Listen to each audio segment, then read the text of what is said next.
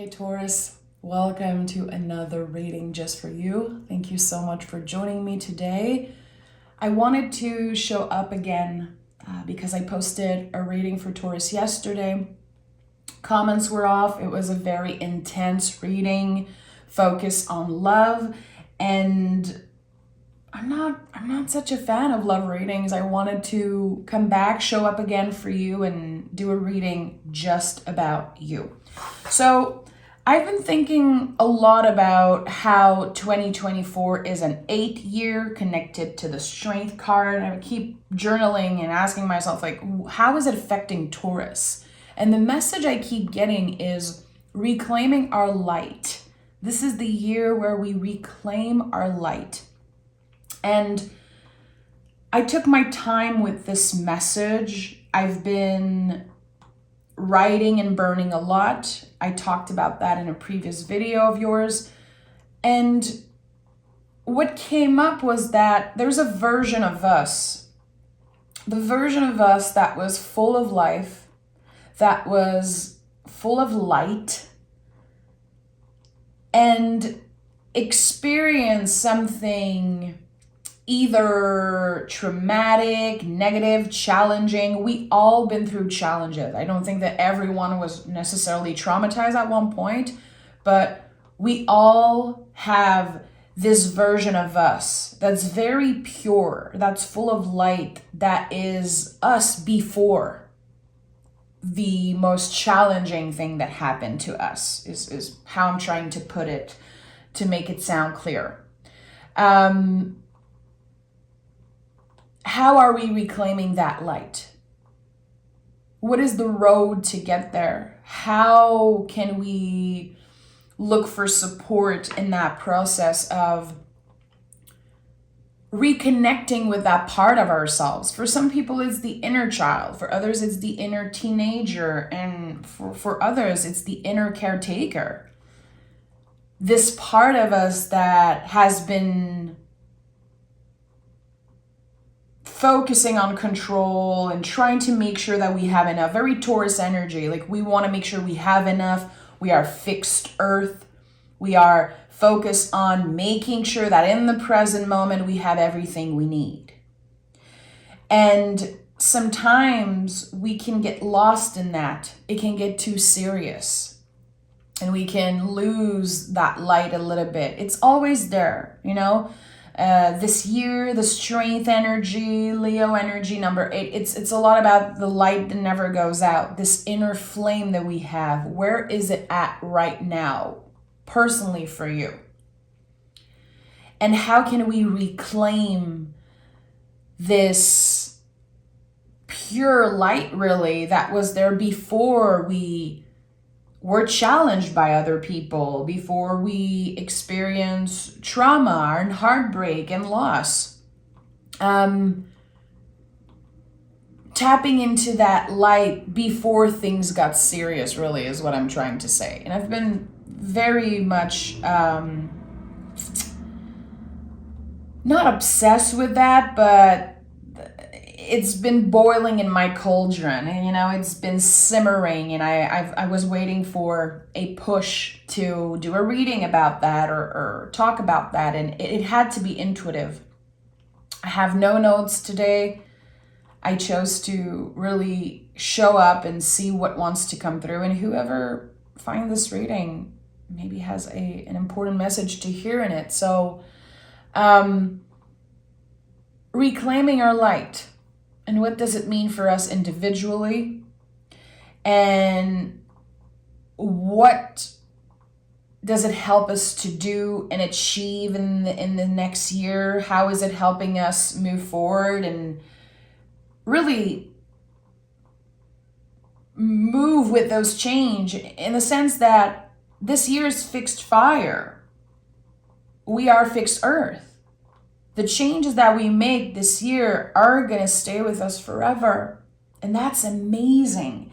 So every time you get uncomfortable, and the hard work that you do and how much time you're investing in yourself, in your relationship, in your passion, it's so beneficial. It's so worth it. And our efforts are going to pay off big time this year. But I think, again, we have to go back and try to reclaim that inner light. Who was I before a certain person hurt me, before my parents raised me a certain way, before, I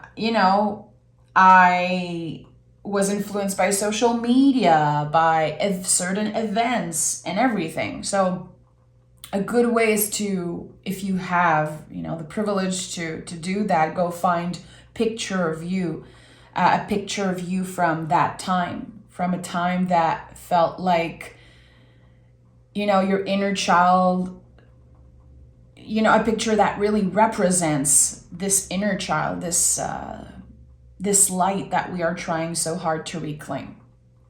So I have mine. You guys don't see it, but it's right there on my altar, and I can see it when I record a reading. And there's always this reminder whenever I see this picture that this version of me, it still exists here. That this is my true authentic self.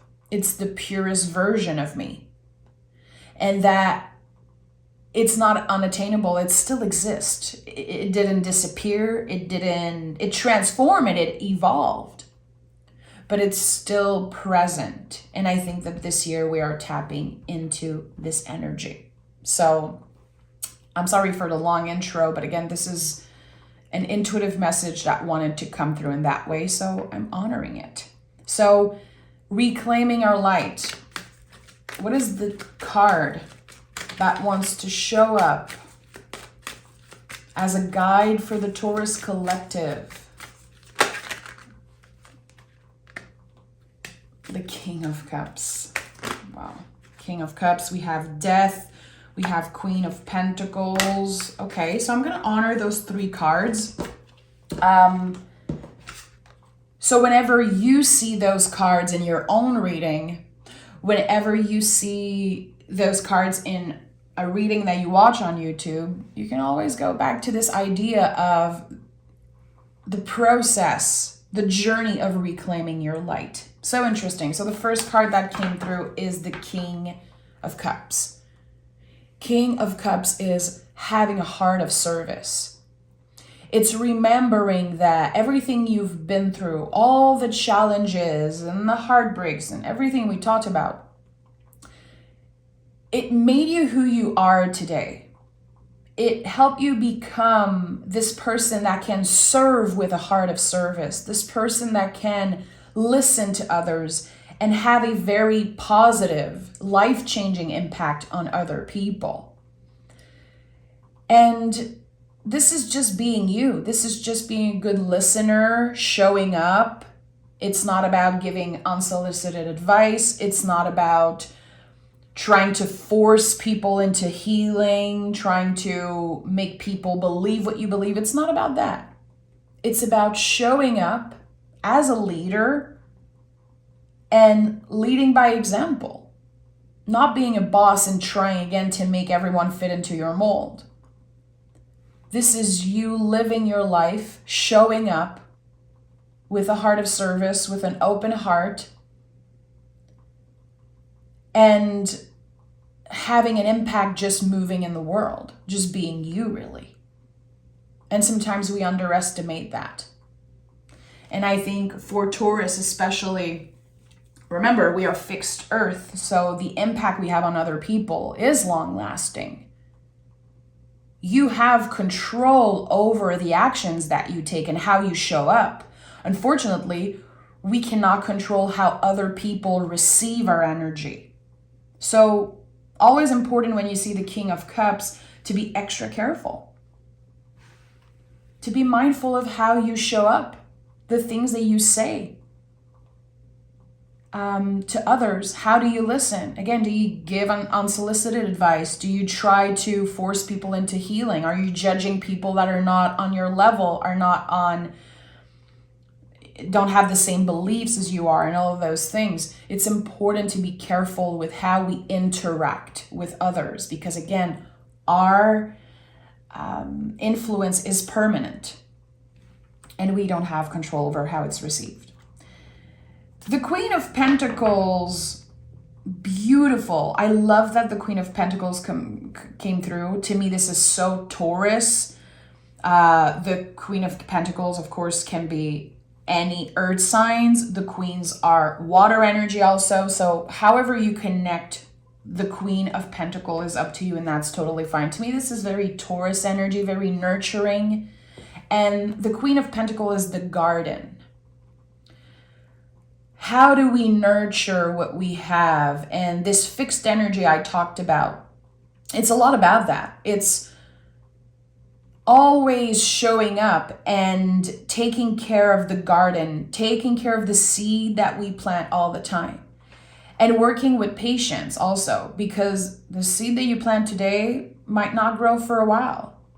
You know, the seed takes a lot of time to flourish. And sometimes some seeds are just not going to flourish, and that's out of our control. The queens are nurturing. So here, how are you doing what you know you should be doing? How is your relationship with the day-to-day? Because the Queen of Pentacles is the mundane. It's a very magical energy. In the traditional version of the tarot, she has the same colors as the magician. Magician lets the magic flows out of him. Queen of Pentacles channels the magic within her. She is magical in the mundane. She gets inspired, on the day-to-day. That's very Taurus-like. We can get inspired while cleaning, while doing something very day-to-day. How do you keep the magic alive even when life gets so serious? I think is the big message here. And that's very important also with this idea of reclaiming our light. And here we have the Death card. So interesting, because this is the ultimate transformation. And we've talked about the garden, and the fixed earth energy. And here we have fixed water, with the Scorpio card. So how are we nourishing ourselves in the midst of such huge transformation? This year is number 8. Again, 8 is a number of transformation. It's the never-ending transformation, the never-ending shedding of the skin. Scorpio speaks a lot about that. The Death card is about that. It's the skin that we shed. And we have to be patient. We have to let it come off. And we will shed many, many skins, thousands and thousands of skins, in our lives. We will transform constantly. So how do we stay grounded? How do we stay mindful in the midst of those massive transformation? Moments where we forget who we are, moments where we're like, I'm so lost right now. I don't even know how I could help another person. I don't even know what to focus on. There's so much happening. I feel like there's no ground beneath my feet. I can get lost in this. And you see, the Queen of Pentacles is here between such intense water energy, very powerful water energy. It's like, how do you stay grounded, secure, present, align with your magic, align with your values, what you're creating on a day-to-day, when the waves of the ocean is hitting you in the face constantly? This is what it feels like. I'm seeing this person just standing strong, feet on the ground, and the water just hitting them, but they stay strong. They stand still, even with the constant cycle, again, constant transformation. So a lot of food for thought here. And this is a different type of reading. I really wanted to take my time. Anyone who loves to journal, who is learning to read tarot, and even if you're a master, learning every day is essential. I learn something every day about the tarot, and I've been reading tarot for so long. So this is for everyone who is interested in diving deeper into this energy, again, of what is a strength year for Taurus. What does it mean to reclaim our light? So let's dive into this reading.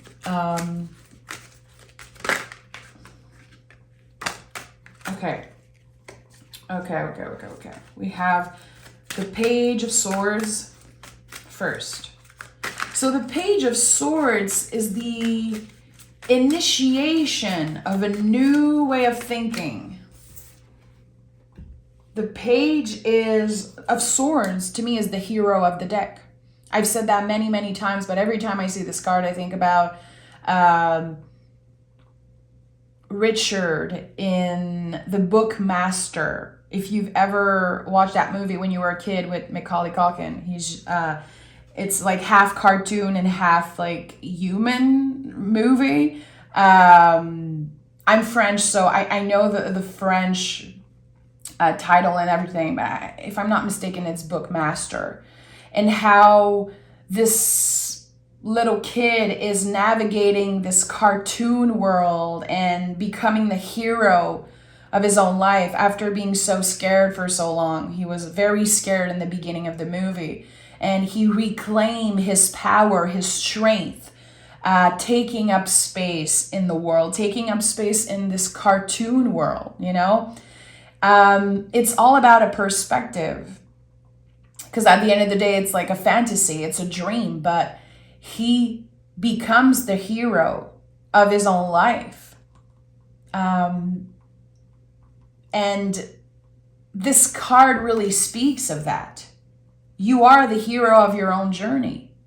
And when we think about the idea of reclaiming our light, I feel like it's good to go back to those moments, like when you experience a very intense heartbreak or challenge, when we were challenged the most. Where did you get that strength? It's not just a Taurus quality, it's the human quality. Like, what kept you strong? What were the things, the people, or the energy, or the hobbies, or what were you doing? What helps you feel secure? What tool is that sword for you? It's different for each and every one.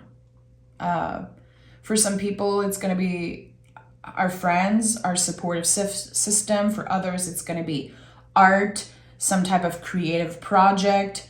For others, it's going to be sports and whatever. What helped you stay strong in times of challenges? And I think that it's good to go back to this idea that even if you were very young, you were going through a massive transformation. We're not just transforming now. We've been transforming since we were kiddos, since, losing your first teeth, losing your last tooth, and your first haircut, and the first time you chose how you would dress, and when you left your caretaker's home. And there's so many transformation and so many things that we forget about. Where did we find the strength? Where did we find the courage? And to tap into that energy, to remember a little bit of that, Okay, yeah, that's it. The Chariot is exactly what I just said. Chariot is the sacred graduation. It's an energetical graduation. So again, losing your baby teeth and becoming a teenager, becoming an adult, like all those sacred graduation, all those layers of transformation. You've been through so much. And I think this year is going to shine a light on how strong we are. Truly. It's one thing to say, oh, Taurus, we're very strong. We all know that stuff. but to have a light being shined on, this is how you made it through. This is where that strength comes from. The tools that you have in your toolbox, the tools that you have accumulated throughout the years in your toolbox, now it's becoming clearer and clearer how to manage those things and how to remember. There's something about remembering. There's something that just wants to come up to the surface. And again, that fixed fire is shining a light on that. And the Chariot is also what we have outgrown. That's why it's like a sacred graduation. It's like, what have you outgrown? What is the Chariot that you have left behind last year? Last year was a Chariot year. And you're never going back there. An idea you had about yourself. This thing that you kept saying, I don't know how to do this. I'm not good at that. I'm never going to do this. I'm never going to have that. This thing that you kept lying to yourself about, really. And I've talked about that before on, probably just on Patreon, but I learned how to drive this year, and I'm 34 years old, guys. You know, I lived in the city of Montreal my whole life. I had access to bus and the subway and everything. And I kept lying to myself. I was traumatized at a very young age. And I just did not finish my first driving class when I was 16. And my whole life I kept repeating to myself, I don't care. I don't need to drive. And I don't know how to. And I hate it. And I'm traumatized. And I kept repeating that to myself. And then 2 years ago, I bought my house in the country, and now I have to drive.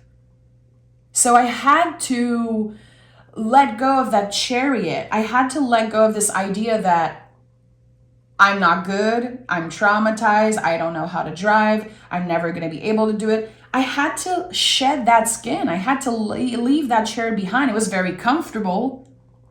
It got so comfortable for me in the city, saying, well, anyway, there's no parking. It would be so expensive. I live here. I don't need this. But I had this blockage. You know, I've never experienced true freedom because I'm a 34-year-old woman that doesn't know how to drive. I know now because I'm almost done. I'm going to have my permit in like a month. But this is just an example to help you understand how this year there's a light that will be shined on the things that you have outgrown, but you're not ready to let them go yet. I think that this idea of letting it burn and releasing it is so important. You're gonna know. You're gonna know when something is ready to die. It's ready to just be released. You know, the Death card is very important here because we're very intuitive and we know. Taurus knows what's good and not good for them. Does it mean that they do only what's right, only what's good? No. So here we are letting go of old beliefs. We are breaking the pattern. We are breaking the curses also. And we have the Three of Cups. Yeah, Three of Cups is the invisible family.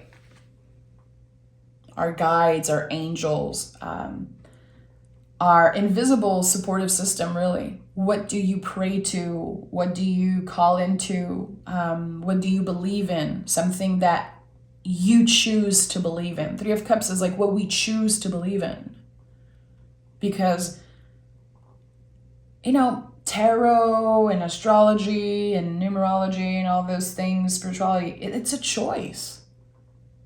I choose to believe that when I ask the tarot something, there's support coming through from my guides. I choose to believe that when I see 333, it means something.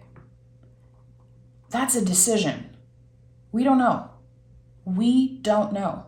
We don't have control over those energies. No one has the absolute truth. It's a decision that we make each and every day to believe in something.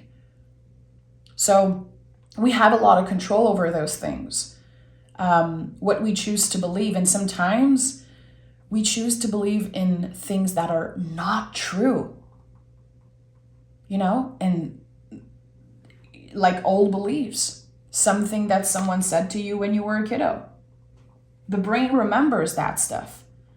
Again, the light was so pure, and then people got in the way, society got in the way, and trauma and challenges and all those things. And then there was this little candlelight left. How can we reclaim this powerful light? I keep repeating myself, but I think it's very important to honor the visual and the messages I'm getting here. So you're supported in this whole journey. But that's still, again, a choice that you have to make to believe in that. We're not always going to get some type of proof or confirmation. Sometimes I feel like my guides are not responding for weeks and weeks. And still, I choose to believe. I choose to show up. And I know that even if I don't get a clear confirmation, even if I don't get a proof, I know that I'm supported. Again, it's my decision to believe. We have the Two of Wands here. Is that the Two of Wands or it's the Two of Swords? Yeah, Two of Swords here, sorry. So Two of Swords, Two of Swords is the cycles of the moon and how we constantly change, how we are supposed to change. And that I feel, especially with the fixed energy and the Taurus energy in general, there's this idea that changing means that we're not authentic, that we're not real anymore. We're not who we used to be, but we're supposed to change. And I feel like this is something I heard so much in my life as a Taurus, people saying, oh boy, you changed. And that was a negative thing. And that used to trigger me so much when people say that. And today I am honored, even if people judge me because I've changed so much. I'm supposed to. Thank God I'm changing. Thank God I'm not the same person that I was when I was, 20 years old. It doesn't mean that I'm not authentic. It means that I am learning and growing. So here we are, again, detaching from other people's judgment and other people's belief about ourselves. And the Two of Swords, in the traditional version, there's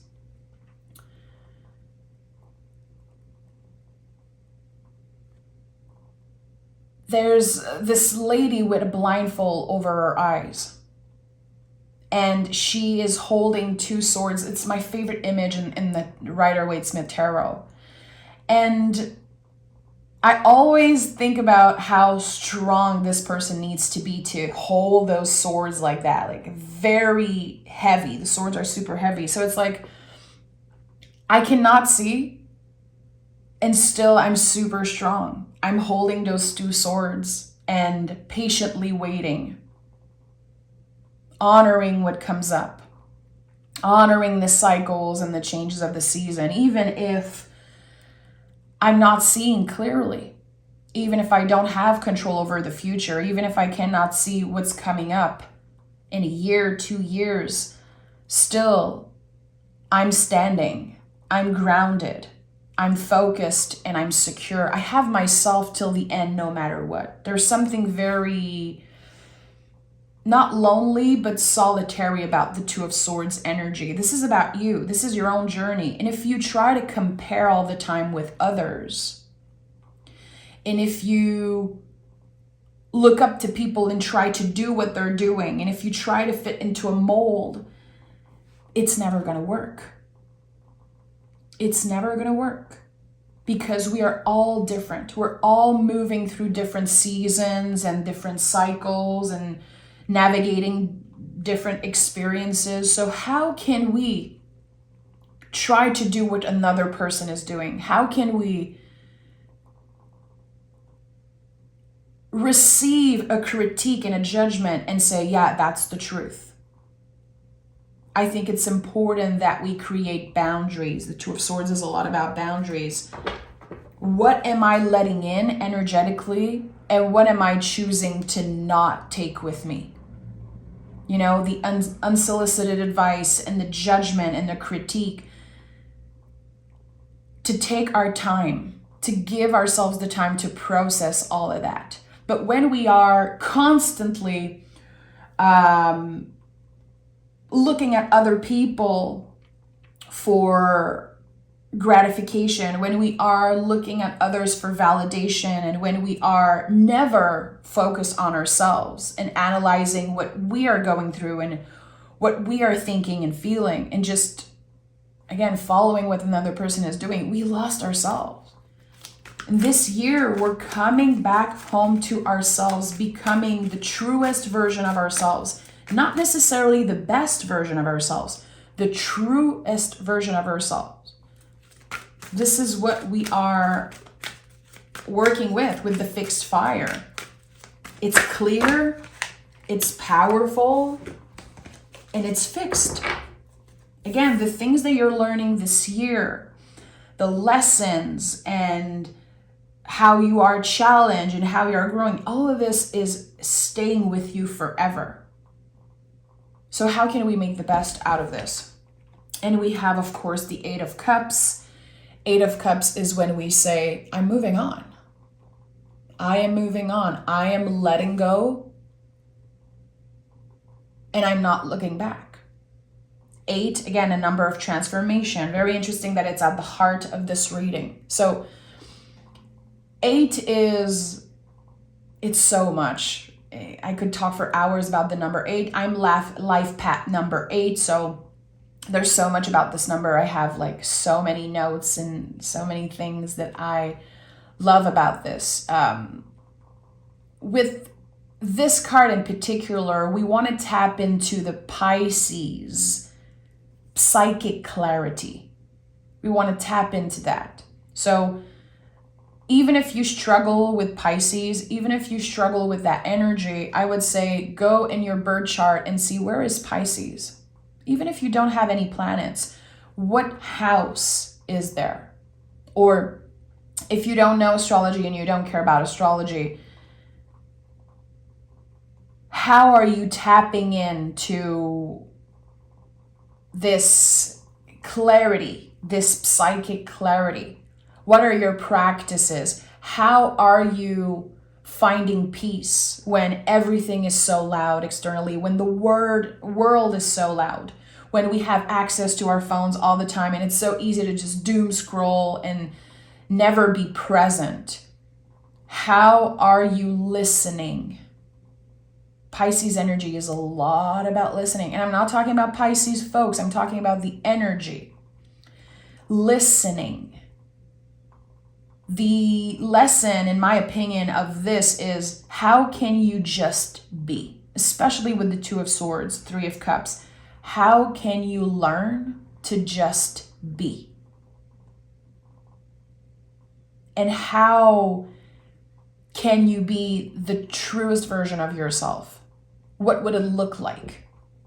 And I think that we need to learn to listen, and we need to, again, move on and let go of what is non-essential.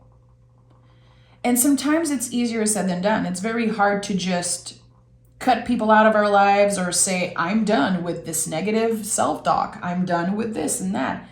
We cannot just snap our fingers, but it's a practice. That's why 8 is like an infinity loop. It's a practice. It's constantly failing and getting back up and failing and getting back up. And as long as you are learning, you are not failing, Taurus. Remember that for the rest of your freaking life. As long as you are learning, you are not failing. And sometimes we can be very hard on ourselves. We're like, I effed up. I wish I could change the past. I wish I was a better partner. I wish I was this and that. We have to let go of that. We don't have control. As long as you're learning, you're not failing. And that is a big, big, big theme of this year. What are the things that you want more in your life? What do you want more of? What are the things that you want to learn about? What type of information feels right to ingest, and what do you want less of in your life? And to me, that has been very clear. I want less social media. I want people to have less access, a little bit less access. So this is the work I do with, emails and people having access to me and comments being off on YouTube sometimes. It's how I respect my own boundaries. There are many things that I don't want of. This is just an example. So this could be a good thing to journal on. What do you want more of and what do you want less of? And you don't have to check everything off your list and you don't have to make it perfect. I think the goal is to gauge, is to try different things. Okay, how would it feel? How would it look like to, as an example, as I said, be a little less on social media, to delete an app off my phone, to wake up in the morning and give myself an hour before I check my phone. This is something that I've done in the past year. I wake up, I don't look at my cell phone, I don't drink coffee, I make sure I have a little bit of sun, I drink my water, spend time with my puppy, my husband if he's here in the morning, and give my brain a little bit of time to start the day.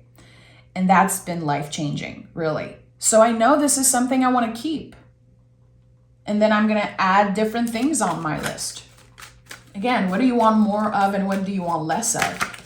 And I think that's a very good practice also to help us work with our values. It really shines a light on what we value the most, because I feel like it's hard to make a list of our values and to really be in check with what we value the most. It changes constantly. So that's a good way. Okay, tell me more for Taurus.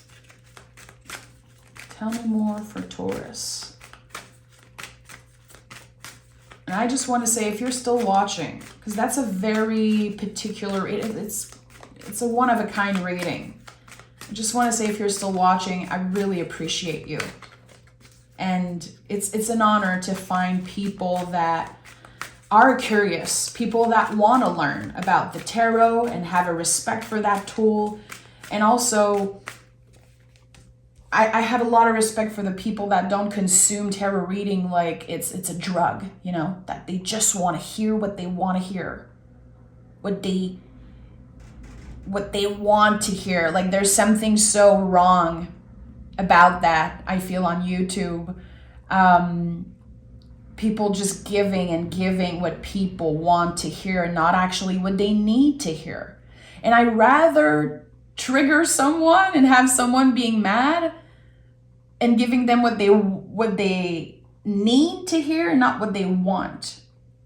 But anyway, that's a whole other discussion. But I really appreciate that people are curious, that they are not just looking for a fix for instant gratification, because the tarot is so sacred and it can really help us navigate life if we use it correctly. Okay, we have the 10 of Cups and we have the 2 of Wands. Okay. And I'm always confused between the Wands and the Swords in the Tarot de Marseille. But the two twos are here, so whatever. So the 2 of Wands. No, that's the 2 of Wands and that's the 2 of Swords. I'm not even sure, but I don't want to scrap this reading. So I want to honor what comes through here. So the 10 of Cups was the first here. So in the 10s, we release completely. We are honoring the past, honoring the people that came in and out of our lives and whatever they had to teach us. And we are saying goodbye. Again, when we work with the idea of, okay, what do I need more of and what do I need less of, we will release a lot of things. And with the 10 of Cups, there's just this emotional burden that's just cleared out, and it feels so good. This confirms to me that you've been pressuring yourself about something. Emotionally, you felt pressured about something to fit into a mold, maybe please your parents' caretakers, or honor something. There's this pressure. I don't know if it's because you were manipulated emotionally when you were a kiddo or when you were growing up. I don't know why I'm sensing that there was a lot of emotional manipulation. And I don't use the word manipulation a lot in my readings, like ever, but it's coming up very strongly. And sometimes people manipulate us and it's not their intention. I'm not here pointing fingers and saying that everyone's bad. I believe in forgiving, I believe in moving on, and I believe also in the good in people. And when we are working on reclaiming our light, we also have to remember that everyone was once a kiddo. Everybody at one point was a kid, and they also been through trauma and challenges and heartbreaks and all of those things. So I'm not saying that a person's trauma or experiences is an excuse for being an a-hole and treating you poorly. I'm not excusing any of that. I'm just saying that it's important to remember that we're all working on something. We're all grieving, and we're all trying to make the best and create the best life for ourselves. And sometimes people do it in a manipulative way. Sometimes people make mistakes and they regret. And I think that we are called back to our center. It's so easy to judge. It's so easy to say, that person doesn't understand anything. That person hurt me. That person purposely did that. Why are we always rushing the energy out of ourselves? And I think, to me, it really goes back to this idea that receiving is so uncomfortable. We'd rather just push everything away. We'd rather just point fingers and judge and make sure that we're so busy looking at other people that we don't look at ourselves. And this is about you. No matter who hurt you and how deep and how intense the trauma and the challenges was and how bad a person was to you, I think that it all comes back to you and how you choose to let that affect you. Again, there's the brain that remembers all of that. The body holds the count also, but it is our job to work on releasing that, to work on cutting cords, to, again, as I said so many times, let it burn. Let that shit burn. What are the stories that you tell yourself? What are the things that you keep repeating yourself? Is there something in your life that you victimize yourself about? And without judgment, I'm not judging here. I'm delivering this in a very compassionate way. This is my intention. How it's received is none of my business. Unfortunately, how people receive what I say is out of my control. But my intention here, it comes from a compassionate place. I'm someone who experienced a lot of trauma growing up, and I've held grudges until very recently. People that I haven't seen in years and years and years, and they took so much space, living rent-free in my mind. And I noticed how they weren't in my life anymore, but they were impacting in a negative way my relationships, my self-worth, dimming my light, And that is a decision I made, to let them have so much control over me. But it's a practice to keep repeating to yourself, that person doesn't have any control over me anymore, or I'm not in that space anymore. I have myself till the end no matter what. And I think that when we're able to think about those things and remember that we survived this, we survived so many things. And we're here because of all the decisions we made, because of how strong we are and how everything, we are here. And that is more than enough. The fact that you're able to listen to this reading, the fact that I'm here reading tarot on YouTube, like everything that you have right now is more than enough. It's a combination of everything, every little decision, and sometimes other people's decisions. But I think there's a lot of honoring here. And the 10 of Cups to me is also a lot about honoring. On the traditional version, there's the rainbow, there's the family there. And it speaks a lot about the life that you have created for yourself and the life that you're still about to create. It's just the beginning here. So how can we honor that? How can we make space for forgiveness in order to find peace? Of course, we're not forgetting necessarily. Sometimes it happens, we can forget, or we can stop thinking about a person for a very long time or a situation, but it's a practice. And writing and burning is amazing. Burning pictures is amazing. Creating art, especially if there's a buildup of anger about a person or a situation. Anger needs to come out. It's the only emotion that needs to come out of the body. It will come out in a certain way. So if you don't release it, doing something productive or artistic, it will come out in your relationship. It will come out, with your partner and at work, and also how you treat yourself. So how can we release that? The 10 of Cups, the buildup of all emotions. How can we start releasing that a little bit, like opening the valve a little bit and just like the pressure comes off? And how can we do something constructive and beautiful, maybe, and sweet to help us release that and start this practice, or keep on cultivating the practice? Again, we will transform constantly. We will shed thousands of skin. That sounds a little gross, but it's a good way to put it. So yeah, okay.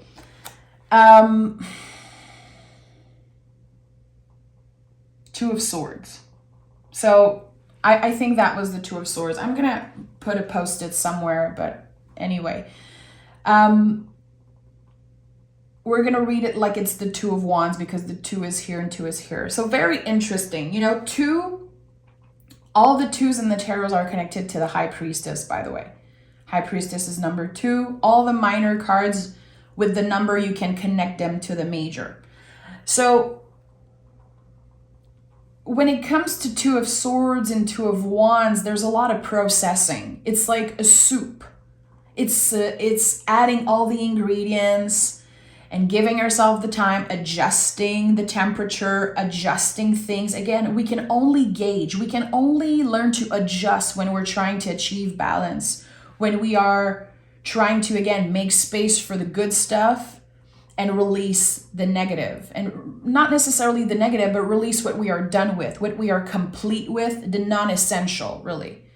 We can only gauge. And the 2s are a lot about that. It's a confirmation that the seeds are growing, that there is movement happening, even when you feel like you are stuck, even when you feel like you keep repeating the same mistakes, you keep trusting people that you shouldn't. When you ask yourself, why am I still hurt about this person? I haven't seen them in so long. Why am I acting this way? I know better, and why am I not doing better? It's important with the 2s to remember that, again, it's a practice. We have to gauge. We have to give ourselves time. That even when we go through the biggest transformation, we don't become perfect. If you are learning, you're not failing. Making mistakes is essential to find growth and to achieve balance. We have to make those mistakes. And that's not an excuse. I'm not trying to excuse bad behavior, but it's important that we show ourselves compassion, especially in the midst of such a big transformation. King of Cups, it's king energy. Kings in the tarot show compassion, and it's a practice to do that. Next time someone pisses you off, or next time someone triggers you and there's this intense reaction, take a moment to breathe. Go back to this idea of reclaiming the light, of telling yourself that person's response or critique is not mine to hold. That's their own thing. And that's a practice. And again, the twos are a lot about practice. It's the gauging, it's the in and out. It's the period of waiting. Things are not super stable, but there is potential. There is growth. Okay, tell me more. Tell me more.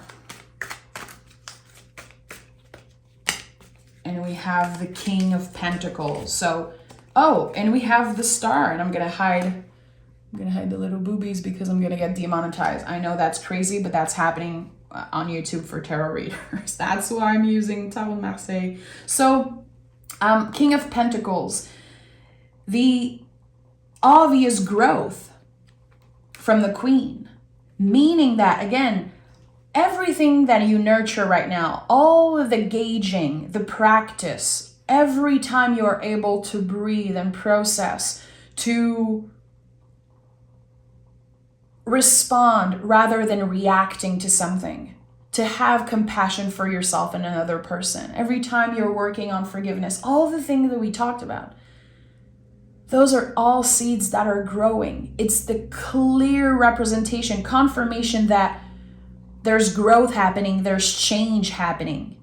So that's something to think about, especially when we feel stuck, when we feel like nothing externally is changing in our lives. We're not getting that job that we want, or we're not loving our bodies and we want to be different. We want more money, we want more love and this and that. Even if we don't have, in a material sense, that validation, we are growing. And sometimes we don't see that. We cannot have like the material, the visual confirmation that there is change. We have to believe that. We have to remember that we are changing and growing every freaking day, constantly. It's our choice to believe, to remember that all the seeds that we planted are somewhat growing. And you know, the dead card is very important because the dead card is not about something that's dead. It's the compost pile. And one of my teachers said that a long time ago, and it always stayed with me. The dead card is the compost pile.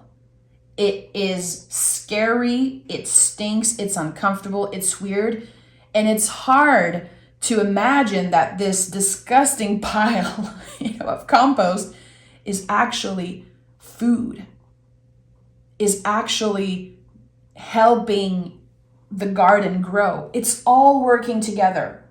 The garden of the Queen of Pentacles, we need the water, the vulnerability to help the soil grow and the food grow. And here we have the compost.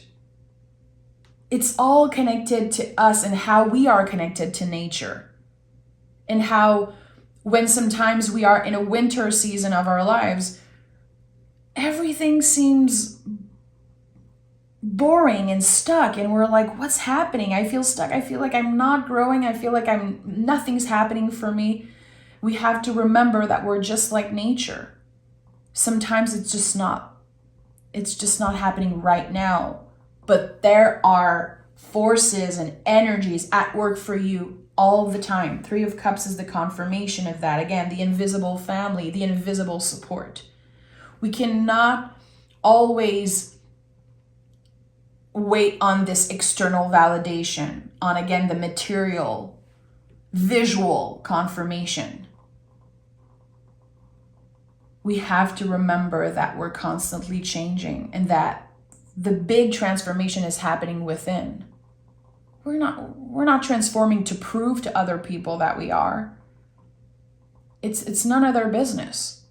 So that's a very solitary path, as I said earlier, when people don't know. People don't know that in a week you completely change your mind about something, or that you have been releasing something and welcoming something new in your life. People don't know that. They cannot see it. It's our secret garden. It's the trip into the underworld. And it's a very solitary path.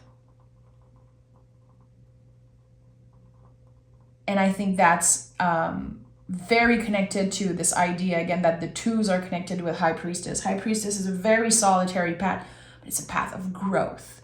And it's a magical one and a scary one and a very cyclical one. We cannot explain exactly what's changing within us. It's hard to express it. It's hard to put words. And sometimes we're not supposed to put words on things. We're just supposed to experience them. And again, try our best, really. So King of Pentacles, the clear confirmation of that growth. When you think about the tarot, and when you start with the page, there's the seed. With the Knight, there's the sprout of that seed. In the Queens, we nurture the garden. And the Kings are the full-grown tree. Full-grown tree. And when you look at a full-grown tree, you cannot see the roots. You cannot see how far the roots go. And that doesn't take anything away from the beauty of that tree, from the strength of that tree.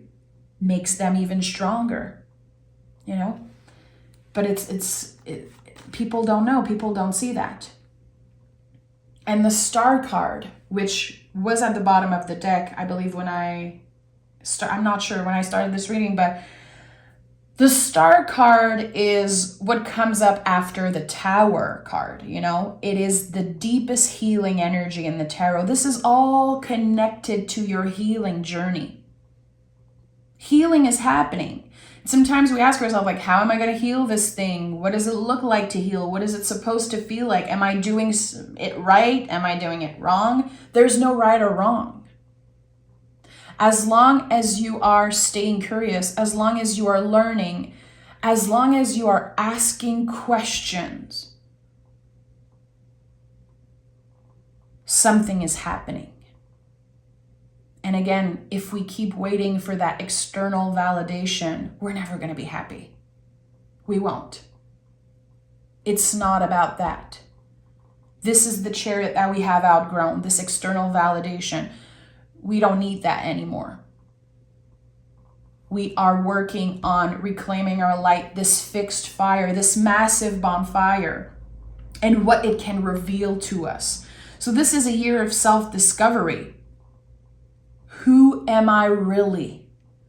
What is the truest version of me? How can I be a truer version of myself and stop focusing on becoming the best at everything? You'll never be the best at everything.